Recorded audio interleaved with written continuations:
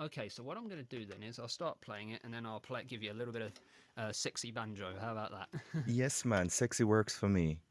Okay, for all of us. All right then, let's have some mixture.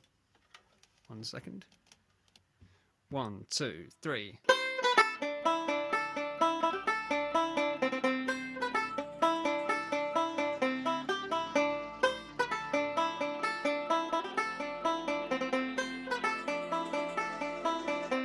Herzlich willkommen zum English Coach Podcast, präsentiert von trainingtree.de, die personalisierte Lösung im Bereich Erwachsenenbildung.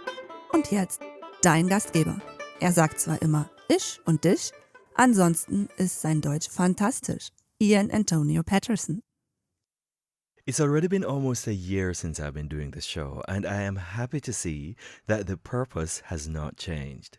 Anyone who knows anything about the show will know that the English Coach podcast is and has, in its own way, always been a place where learning doesn't have to feel like work. It's a place for people, many of whom are my friends, who are simply looking for a way to hold on to the things that they've learned with context and conversation.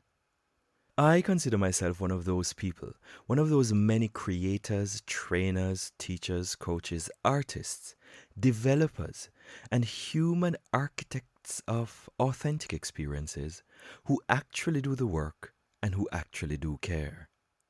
It's not exactly a short one today, but I will not spoil the surprise, the two surprises to be exact, and I do promise that it's well worth it. The Poetry series continues, looking at, among other things, the melody of the spoken word.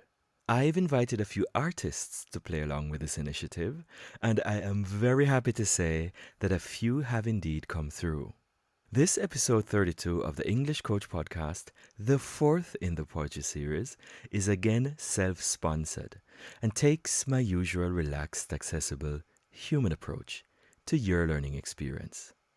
So without further ado, our guest for today, published and practiced author, musician, singer and songwriter, Andy Beck.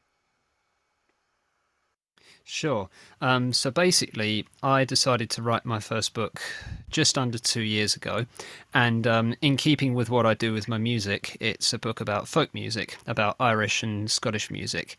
And I got into that several years ago when I celebrated St. Patrick's Day with a few friends in Berlin, actually, where you live. And yeah, I fell in love with the music and it stayed with me all this time. And the reason I wanted to write a book was because it was another avenue or another way for me to, show my love for this music.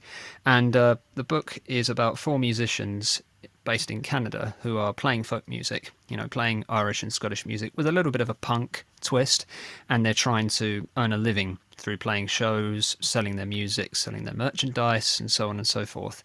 And it's about the trials and tribulations that they run into along the way and whether they're successful or whether they're not. And it's also got a self-help element at the end of the book saying, if you've been inspired by the events of this story and you have your own strong passion, whether it be music, languages, other art forms, whatever it is, then you can take a similar path. You can make some money doing what you love. You can bring some impact and some influence to people, and you can make a difference to your own life and to their lives. So it helps the reader at the end as well. That ties in perfectly with what I like to call the fresh and exciting democratization of the learning experience. And 100% support of that. I like what is happening now, especially with the internet. There is access to so much knowledge out there. We have the knowledge of the world in our pockets these days. Absolutely. Yeah, there is so much that we can do. What we say informal approach to learning. This is sometimes, which is definitely something that I can imagine comes out in your book.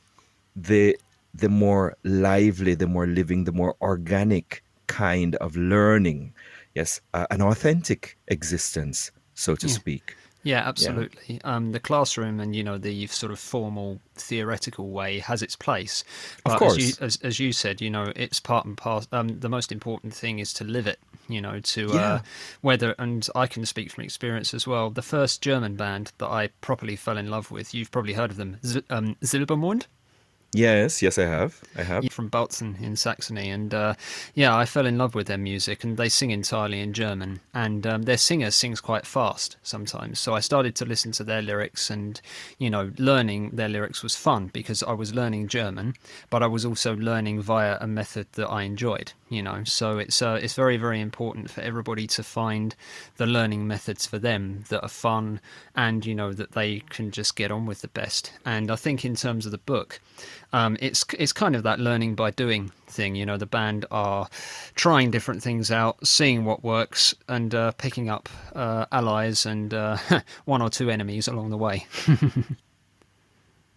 This learning by doing, I can't push that enough. I mean, there is another little slogan that I'm using these days, and it simply says, if you're learning a language to talk to people, then talk to people. As you rightly said, the formal approach definitely does have its place, but when it comes down to it, many things in life just come down to the art of it. It's about feeling this kind of thing. And I like this storytelling element that you have put together in this book, right? But I have a question for you, Andy. Canada, you said, is a folk music. Also, you're doing Scottish and Irish. Yeah, that's right. Yeah, can you just remind me again, why Canada? Well, no, it's a good question.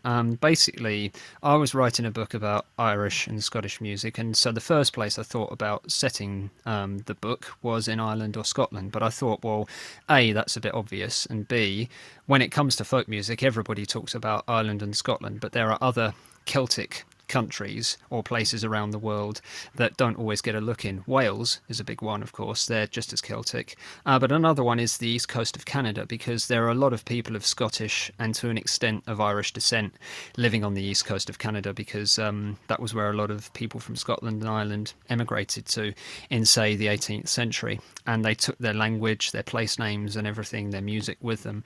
So Mm-hmm. that was one reason why I chose Nova Scotia, which I'm Mm-hmm. pretty sure means New Scotland in English, and well, in German it's Neuschottland. So there we go. So that Okay. was one reason I chose Nova Scotia and the East Coast. But it was also because I'm curious about Canada. I would love to go, and I wanted to write a book set in a place that I'd never been to before but would like to go to. And it gave me the chance to do some research. And, if a Canadian person were to read this book and say, I wouldn't have known this author wasn't Canadian, then I've achieved one of my goals. Okay. Well, we're going to be putting the book out, right? I am promoting it here, definitely. No, Yeah. thank And you. as soon as it comes out, you just tell me, yeah, because I do little trailer episodes, and I would happily make mention of it again, right? Thank Hopefully you. with some, yeah, of course, with some of the colorful interludes that we'll be creating today together. Sure. Well, then, yeah, Yeah. I'll definitely let you know. I mean, what I can say is the book is being released worldwide on August the 31st.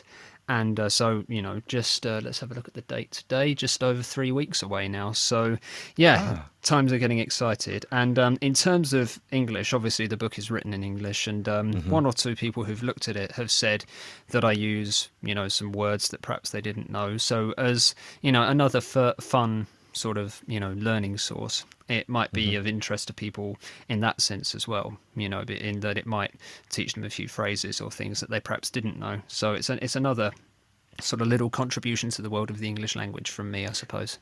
Yeah, of course. That's fantastic. I like the fact that we're touching on value, as though it's actually, well, a little over 9 minutes into the show already, but I try to get into the value that people get from this listening experience, and that is definitely one. Andy Beck has been known to be a fluent speaker of German. Is that correct? That's correct. Yeah. If you'd like me to speak a little more about that, I couldn't speak a word of German before I was 11. The only things I could say were eins, zwei, drei, vier, fünf, 1, 2, 3, 4, Hmm. 5, and I could say fünf Bier bitte, 5 beers, please, because my At dad had been to 11. Germany, and yeah, yeah. Well, there we go. Yes, and he taught me the odd bit of German. So there we go. And I started learning German and French when I was at grammar school, when I was at Yeah, gymnasium in year yeah. 7. And I just always had a very, I had a thing for languages. I really enjoyed them. I was good at maths as well, but I didn't enjoy maths half as much as I did French and German. And in the end, I studied French and German.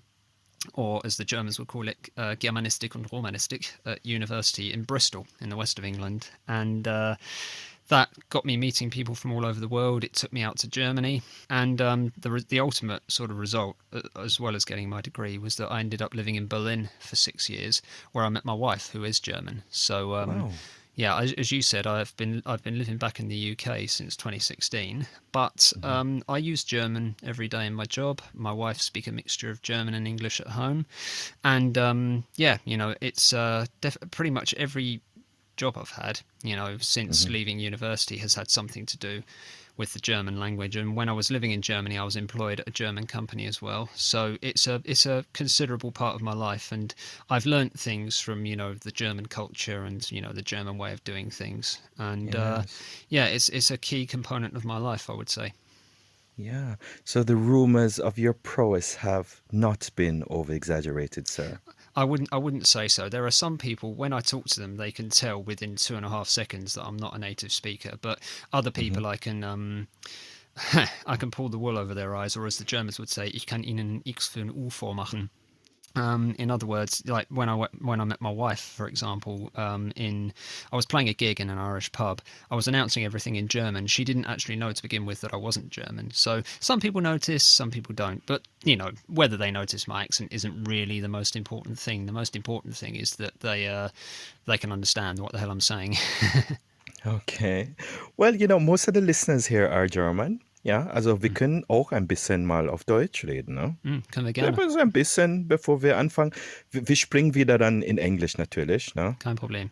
Aber ja, also ich finde es einfach toll. Ich wollte auch sagen, dass, also mit Deutsch habe ich mit 28 angefangen. Ja, und Verstehe. ich habe ja auch also nicht auch, aber ich habe in Frankfurt-Oder angefangen, in der Nähe von Polen. Mhm. Und also das ganze Erlebnis war also sehr interessant, auch sehr schön. Ja, also ja, es gab schon ein paar Schwierigkeiten, aber in Große genommen war es wirklich schön. Mein Deutsch hat sich auch entwickelt und ich muss ja auch zugeben, wie ich die Sprache gelernt habe, war meistens durch, ja, so Reden mit, Mhm. mit, mit, mit Leuten. Also ich habe also der Spiegel gelesen, ich Mhm. habe Songs zugehört, ich mag so Satire und Poesie, natürlich durch das Fernsehen aber meistens durch Interaktion mit Mhm. Menschen. Ja. Ja, ist auch ein wichtiger Bestandteil davon. Wie ich vor 10 Minuten in Englisch gesagt habe, kann man gewisse Sachen vom Buch lernen, aber man muss ja auch das Land besuchen und mit den Menschen in Kontakt treten und so weiter und ja, eben die Kultur ein bisschen aufsaugen. Und ja, somit entwickelt sich die eigene Sprache auch weiter. Also vom Kultur her habe ich auf jeden Fall ganz viel Gutes gelernt und ich habe auch gesehen, miterlebt, miterfahren, dass diese Kulturen haben auch irgendwas gebracht. Ne? Ja, Natürlich, so, ja. so von daher sehr positiv, auch bis Mhm. jetzt. Ja. Genau, meine auch. Ich meine, ich wohne zwar nicht mehr im Lande, aber ja, mit den Deutschen habe ich generell nur positive Erfahrungen gemacht. Ja, Und ja, das ist gut. Das ist ich muss gut. auch sagen, sie sind sehr willkommen. Sie nehmen mich immer wieder sehr gerne und sehr warm auf. Mhm. Sie sind sehr gastfreundlich, die Deutschen. Ja, natürlich, natürlich. Du bist ja in Kent, ne? Hast du gesagt. Richtig, also ich bin in Maidstone, das ist ja also das englische Äquivalent von einer Landeshauptstadt. In England haben wir ja keine Länder, sondern wir haben Grafschaften. Aber ich bin in Maidstone zur Welt gekommen. Maidstone ist eine relativ kleine Stadt mit so um die 110.000 Einwohner.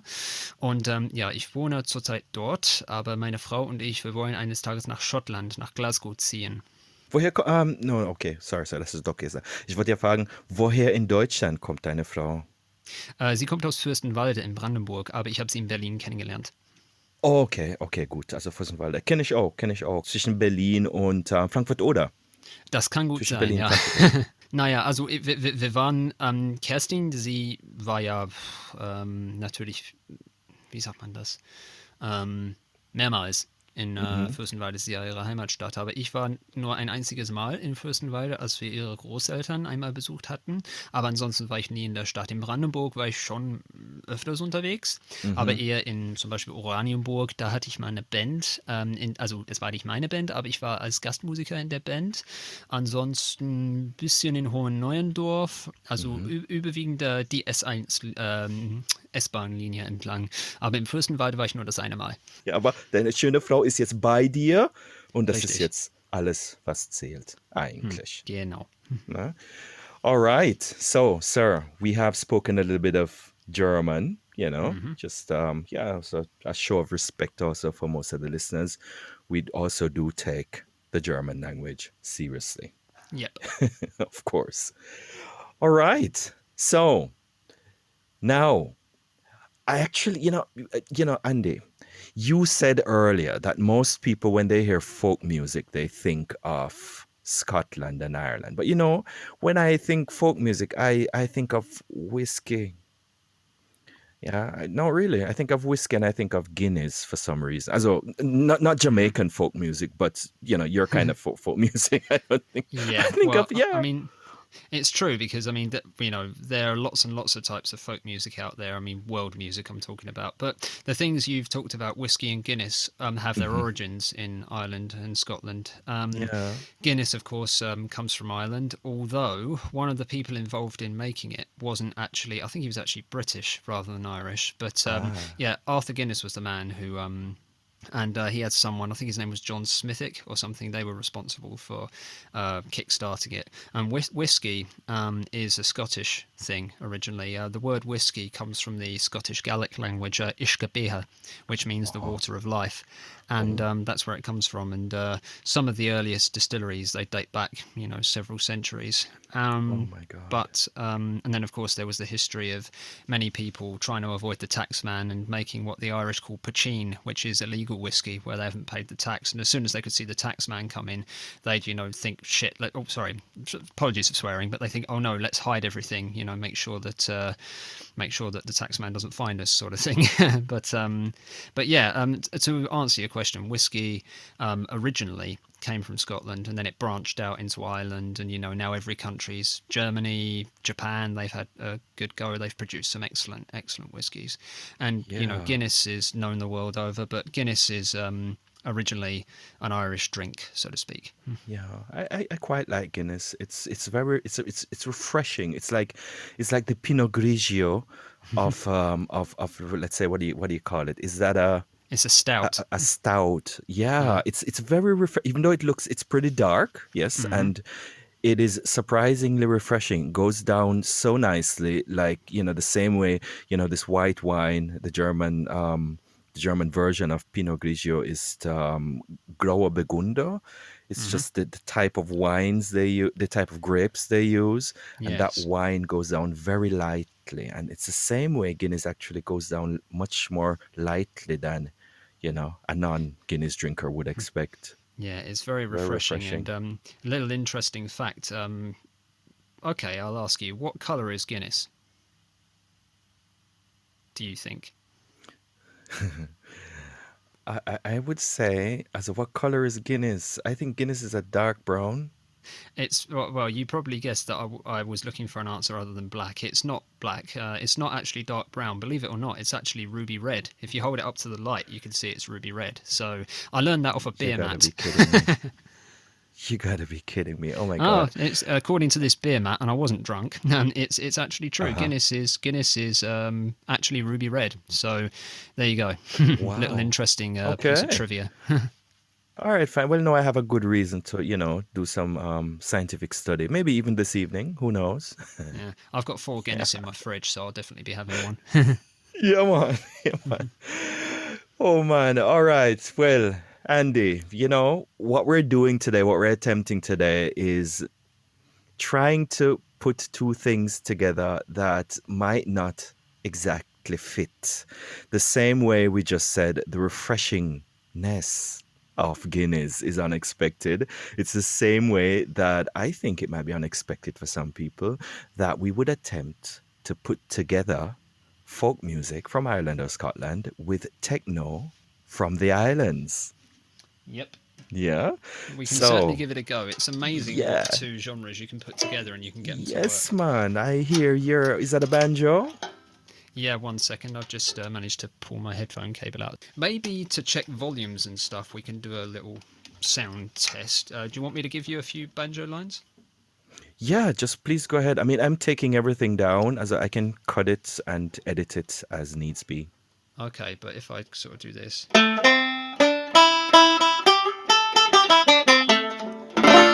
Can you hear that nice and clearly? Yes, man, your levels sound and also look fantastic. I'm getting goosebumps as we speak. All right, Perfect. awesome. So, how are we going to do this? I would suggest that you've got the track that I got from a good friend of mine called Easy in Jamaica. He makes these rhythms, and I would really suggest that you just kind of like play it in the background a little bit, Uh huh. and you don't really have to modulate the sound so much. If it's just playing low, I'm gonna overlay the beat on it in Sure. a conducive way afterwards. Anyway, Okay, I have the track here. I'm just going to find it. yeah. And then let's have a look. Okay, 1 second. Yeah, I see it here. So obviously you sent me over a couple, but I've got the one where you put them together, the A and the B. That's the one I'd play along to, if that's cool with you. Yeah, of course. Go straight ahead. All right, I will once my computer deigns to open it. 1 second. Right. Okay, so what I'm going to do then is I'll start playing it, and then I'll give you a little bit of sexy banjo. How about that? Yes, man. Sexy works for me. Okay, for all of us. All right then, let's have some mixture. 1 second. 1, 2, 3.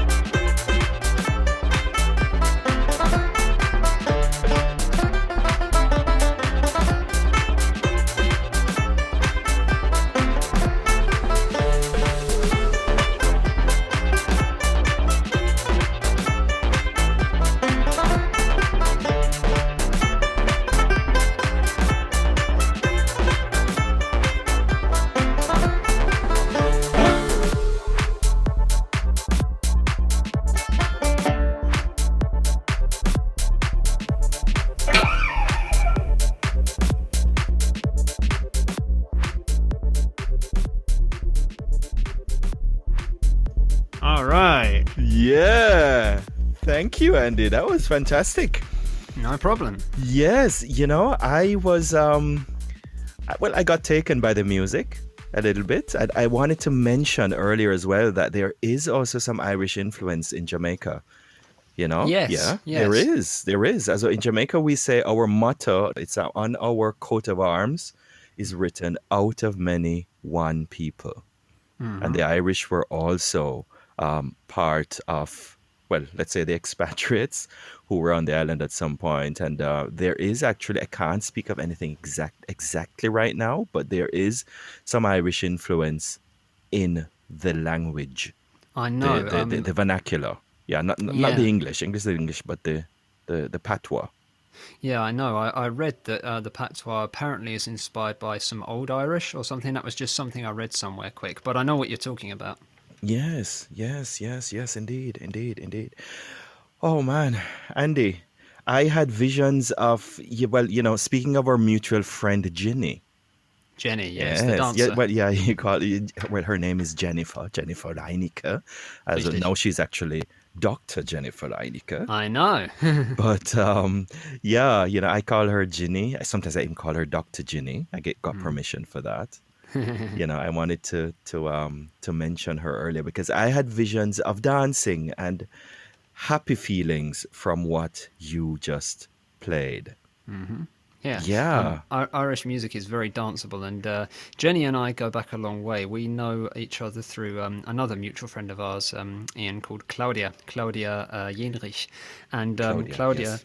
Yeah, Claudia is another fantastic dancer, and she and Jenny know a lot about Irish dancing, Oriental dancing, and yeah, there has been many a time when I've played on stage, and yeah, Jenny has been dancing along to the music that the bands that I've played in have played, or Claudia's been dancing along, sort of step dance or whatever. They've been Yes. great to work with, and in case they're listening, I'd like to say a big hello and to them, and give them all a hug, and say I hope they're doing well during this coronavirus matter. Well, Ginny has been there since day one. Yeah, as though she has borne witness to my whole conversations with all my conversations with art. Yes, as though we have done many projects together, and she has been in and of herself a kind of an inspiration. And yeah, I'm ever grateful for that. She was also a guest on the show. I don't, to be honest, I don't remember exactly which episode it was right now, but it was one called Natural Enough, where she spoke of her learning experience, learning English, and also the mix, how art influenced that, her preoccupation with Yeah. dance, and so on. So, she's been there since day one. Claudia is also helping me with the show. We have done some recordings together already, also for part of this series, which is the poetry series, actually, the poetry series, yes, where, Yes. I'm kind of like inviting improvisation, yeah. Yeah, absolutely. Yeah, they're great people, and it's great to hear that you've been working with them.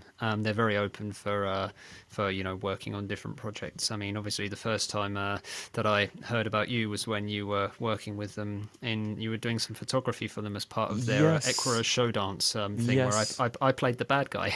yes. I actually managed to find one good photo of you out of the darkness, sir. So I'm gonna send it to you. Yeah, yeah. Sure, So look yeah, forward I to it. found a nice one.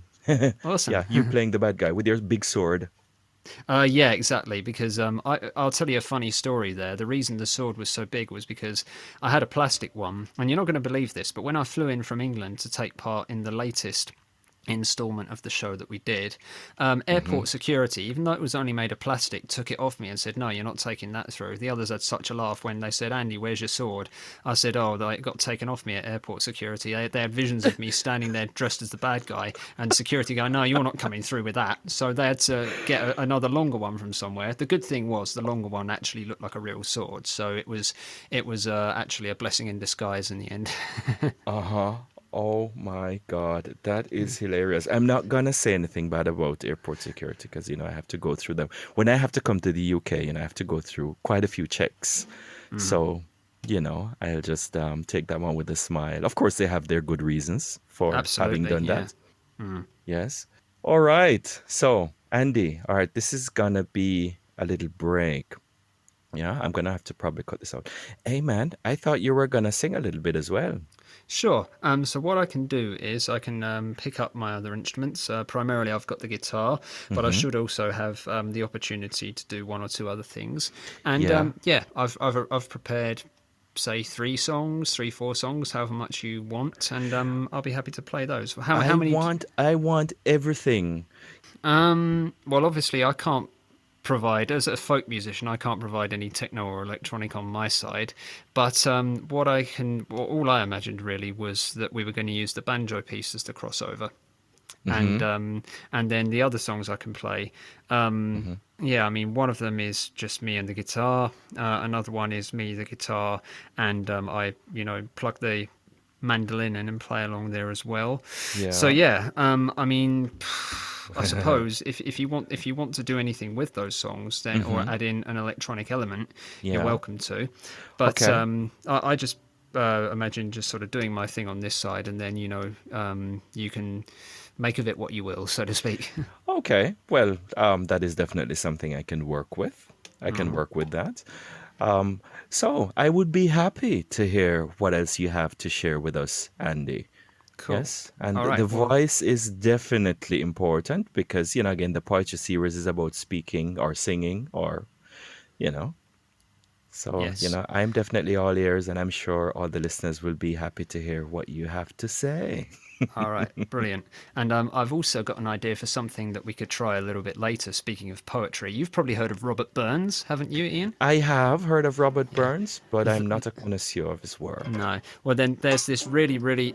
It takes a lot for poetry to bring a tear to my eye, but there's this really, really beautiful poem that I heard of that I might bring up and and read. But we'll get to that. What I'll do is I'll give you a little bit of what I do first. Let me just pick up my guitar, and then we can do some level testing as well. 1 second. I'll just get rid of the banjo, clunky big thing. Right, just put that down.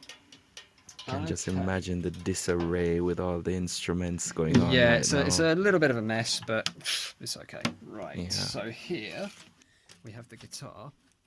So what I think I'll do is, Wow. so that's the acoustic guitar. Now, what I think I'll do is I'll just do a quick test, and you can tell me if the levels are okay before we Yeah. launch into it. Sound good? Okay, so I'll just give you a chorus. Okay, here we go. Yeah. Right. Well, if someone had come to the Irish dance with fortune, fame, and his luck to chance, he'd have seen this life from a different stance. He might well just have changed his plans, but he sold his soul for land. Sound good? Sound good? That is fantastic. That is fantastic. As a matter of the levels are definitely within range. You Brilliant. could even, your voice could actually be a tick closer to the mic if you Okay. want. If you want, No because I know problem. I can. I sense that you were like you probably moving back dynamically with the louder notes. Yeah. Yeah, but you have some room there. Okay. I'll keep it in mind. And Yes, man. all right. Well, we'll give it a go. So this is a song that I did for an EP a couple of years ago. It's called "Come to the Irish Dance." So there's very much the Irish element in there. And I'm going to give you the acoustic version. And it's a song about, living life to the fullest and going after your dreams, whatever that might be. So this one's called "Come to the Irish Dance." Let's Thank give it you. a go. Sure. Well, if someone had come to the Irish dance with fortune, fame, and his luck to chance, he'd have seen this life from a different stance. He might well just have changed his plans, but he sold his soul for land. Well, I knew a man who worked in a bank, his eyeballs set on the highest rank. He worked so hard that he got the cramp every time he had a drink. He worked all day and all night, they found him dead at 35. He was someone rich, but was he satisfied? Less than you would think. But if someone had come to the Irish dance with fortune, fame, and his luck to chance, he'd have seen this life from a different stance. He might well just have changed his plans, but he sold his soul for a pension plan.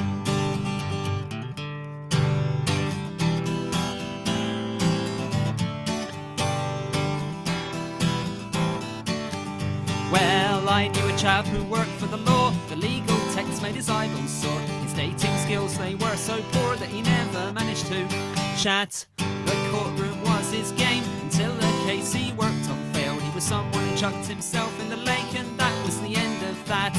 But if someone had come to the Irish dance with fortune, fame, and his luck to chance, he'd have seen this life from a different stance. He might well just have changed his plans, but he sold his soul for a witness stand.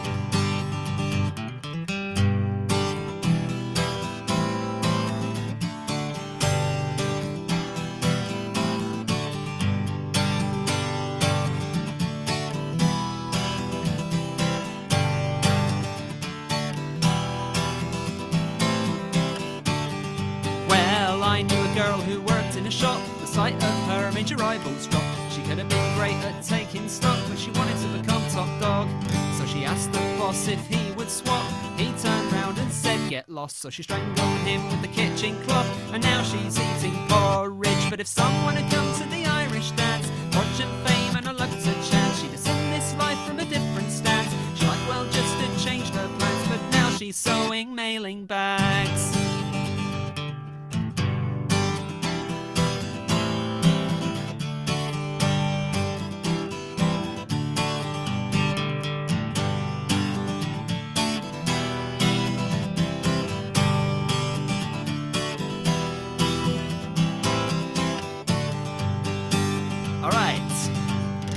I knew a chap who worked in an office. He was the boss, so he made the novice bring him lots of cups of coffee, Maltesers and toffee. His computer crashed and so did the aircon. The business never got airborne. There he sits, chained to a keyboard.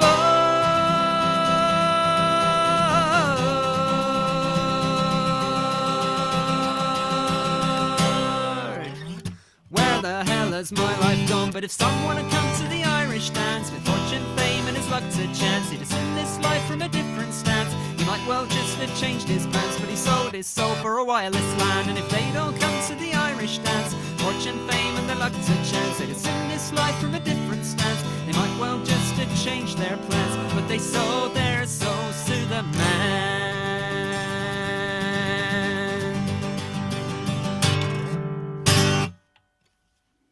Andy, that was great. Thank you. That was fantastic, man. Thank you. That's one that I wrote myself a few years ago. Wow. Okay, so I take it you do have the words. I have the lyrics. Yeah, I can send them over to you if you want. That would be fantastic because I keep talking about my slogans, right? One of these things that I always invite my learners to do is, well, what I say is this is a place where you will learn to dance with the language.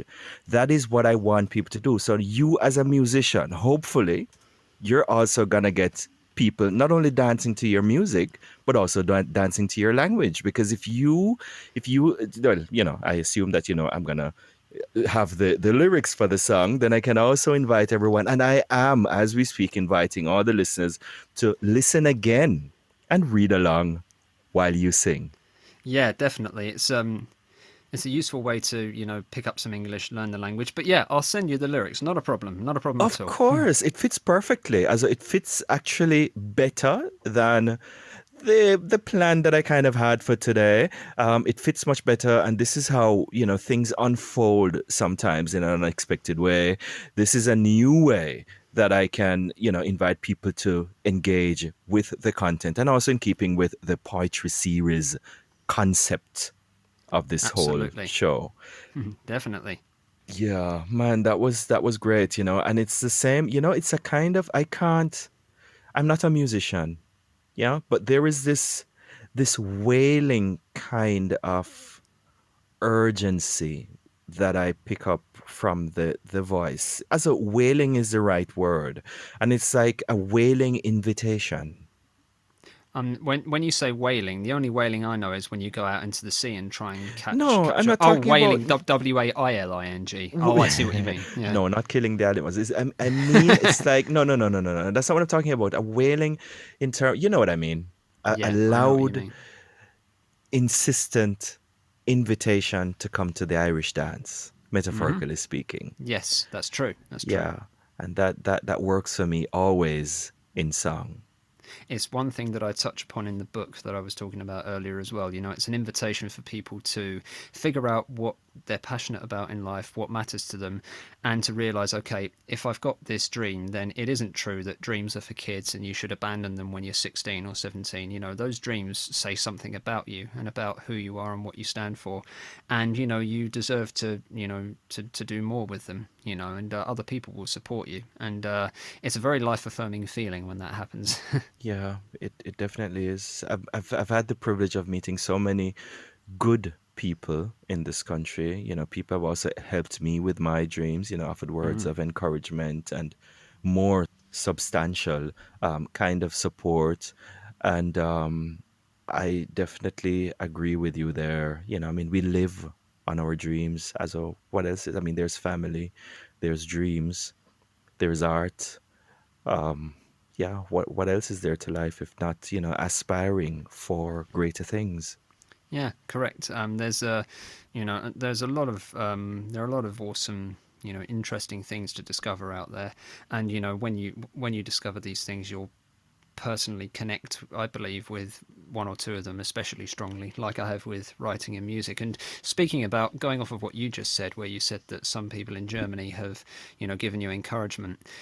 If I had to bring to mind two people who really encouraged me to try and earn some money with my music and my writing, whether it's on the side, whether it's full time or whatever it is, then probably either on the side or full time. Then it was two German women. A friend of mine called Rebecca, Akasha is her nickname. She said to me in German, she said, "Wenn irgendwer schafft als Musiker an die, dann bist du es." In other words, if anyone's going to make it as a musician, then it's you. Which that stays with me. I'll never forget that. And then I was with Claudia and Jenny once.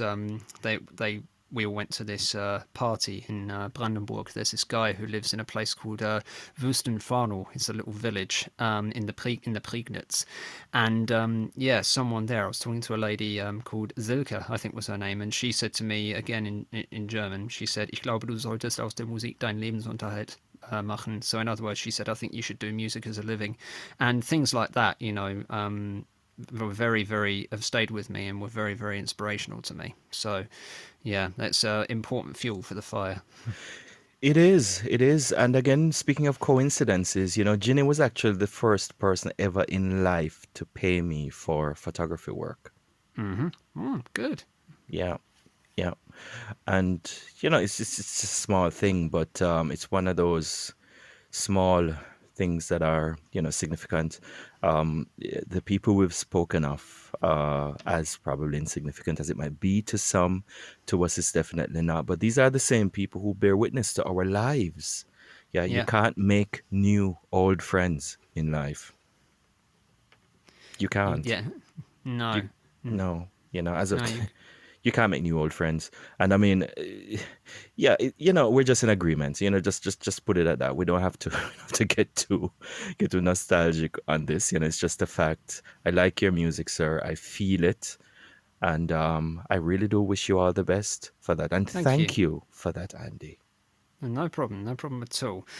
Same thing for you. I think it's important what you're doing. Sort of bringing people to alternative means of learning English. And just providing a place where people can find some community, feel at home with your show. So yeah, all the very best to you as well, of course. Yes, man. Yes, yeah. I also have a dream. I have a dream. It's driven by pure purposes, and the purpose, the motivation hasn't changed at all since I started in December of 2019. I am happy for that. It's a people thing. Mm. It's as you said, rightly said, there's about community, it's about alternatives, it's about learning the language to do something with it. It's about living the language, and I have a dream that people will come together and feel happy. Yes, find community and not only learn. I mean, if it's, as I said, formal has its place. If people want to pay for courses, they can. Yes, but this is not what this is about. It's really about coming together and living the language. And you're helping me with that, sir. Thanks a lot. No problem at all. Glad to be a part of it. Yeah, man. yeah. And oh yeah, speaking of that as well, as Kent is like the garden. What is it in Jamaica? Would say the garden parish is Saint Anne in Jamaica, and Right. as far as I know, Kent is also a garden. What is it? Not a They province. they they say it's the Garden of England. That's the nickname of Kent. It's I wouldn't so much say it's the Garden of England. It's just a maze of twisting back roads that it's sometimes easy to get lost in because we have a lot of countryside in Kent. So in terms of the countryside and the landscape, it is very green. It is the Garden of England in that respect, but yeah, it's just a load of sort of snaking back roads going through the country more than being a garden. That's my that's my Yeah. take on it. Yes. Yes. Yes. Yeah. 6 degrees of separation. My sister also lived in Maidstone for quite a while. They, Yes. bought a house there, had 2 kids, and I visited twice. And I do agree. And again, speaking of, yeah, you can call them spin offs or whatever, I know for a fact that many people come to the UK for, what is it? We call it Bildungsurlaub. Yes. Yeah, to sort of work and So, travel kind of yeah, thing. it's Yeah. it work. Well, no, no, no. Actually, no. It's like a vacation taken to to learn stuff. You take a vacation for a course, for example. Yeah, I And think in English we say a working holiday actually is more the accurate translation. a work, but it's for training though, specifically for training. Right. Okay. Then yeah. All right. Then maybe I don't know if we say training holiday. I know what you mean. I'm just struggling to find the English translation for it. But I know what you're referring to. Yeah, yeah. So I mean, as a Kent is also somewhere that, owing to the beauty of the place, and Maidstone as well, it's definitely somewhere that where I would probably even recommend that people look into for visiting. For we say immersion. I'm trying to provide immersion with my show, of course, and not everybody can afford to come to the UK for a Bildungsurlaub, but if they can, then it's definitely a place that I could recommend at some point. And if you're the man who's on the ground, I'm sure you know the best Irish pubs. Well, the funny thing about Maidstone is they're planning on building an Irish pub. There used to be one, but it closed down.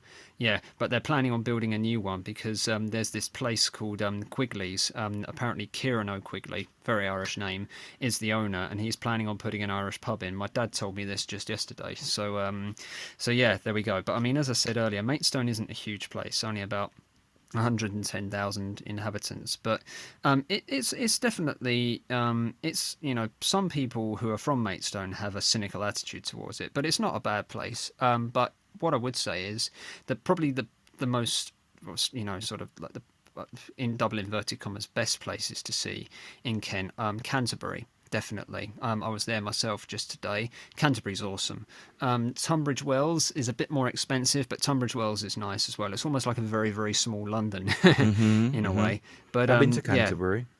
Canterbury is, probably the best known place in Kent in Germany, I would say.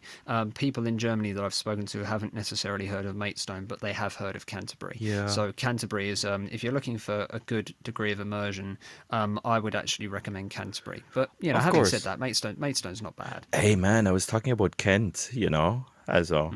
But Maidstone, I've been there. It was okay. It was close to Canterbury. We could just hop over to Canterbury. I also remember, there was this mini train. Do you know of it? It's a little attraction where there's this really tiny train on a train line, and you can go in, you sit inside, but your head is like outside.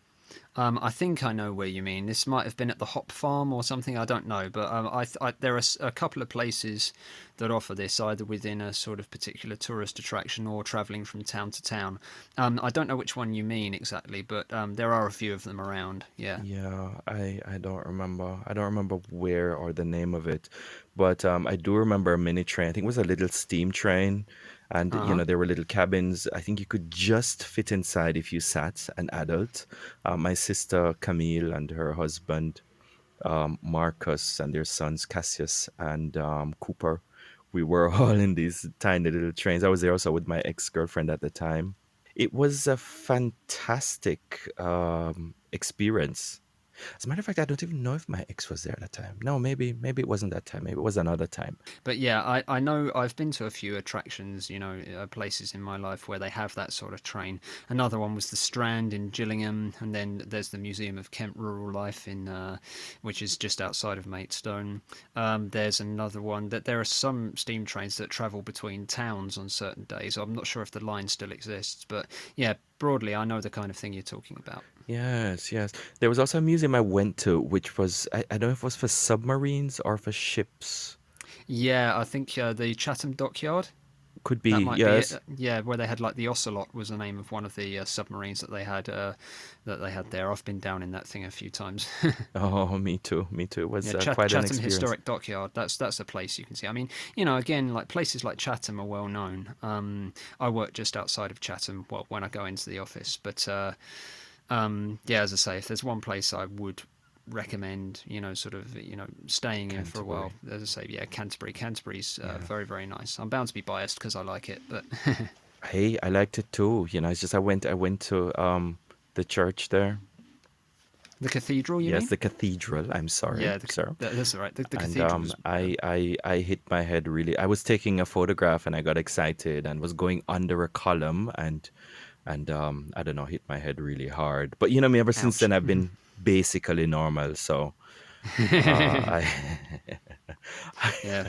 My dad was playing with me when I was 3 or 4 years old, and he accidentally hit my head on one of the lights hanging from the ceiling, and he wondered if that had caused me any damage. And he said, "Well, to be honest, given the state you're in now, it probably doesn't matter anyway." So, bit of English humour. yeah, that happens. That happens. All right. Well, Andy, I want to thank you again. No Yeah, problem. and I'm looking forward to the book. Yes, I'm looking forward to Yes. releasing it. It's going to be a big, big step. Yeah, yeah. And while we're at it, your website, is it? Hmm. I've been there. What's your website again? So I have two websites actually. One for my writing, one for my music. The one for my writing is andybeckwriting.com. Yeah. Yeah, I'm currently in the process of sprucing it up a little bit, but the bare bones, the most important things are there. And if anyone has any questions, there's a contact form that people Uh-huh. can contact me on if they want to ask me questions about, say, the book or leave feedback. And Yes. then for my music, this is the one I think you've seen.